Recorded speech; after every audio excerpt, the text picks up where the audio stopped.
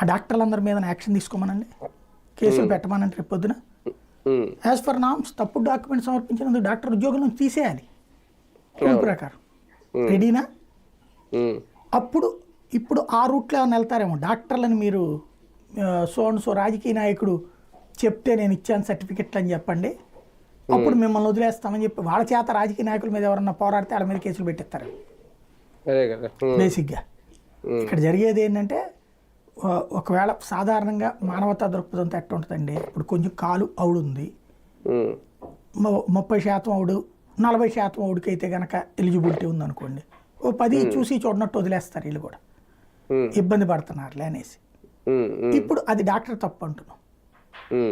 Basic సమస్య ఏంటంటే పింఛన్లను తగ్గించుకోవాలి.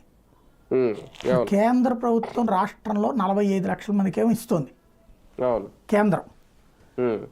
వాళ్ళు నాకు ఐడియా ఉన్నంత వరకు 1200 నుంచి 1500 ఎంత ఇస్తున్నారు. ఇదివరకటి రోజుల్లో ఎక్కువ ఇచ్చేవాళ్ళు వాళ్ళు.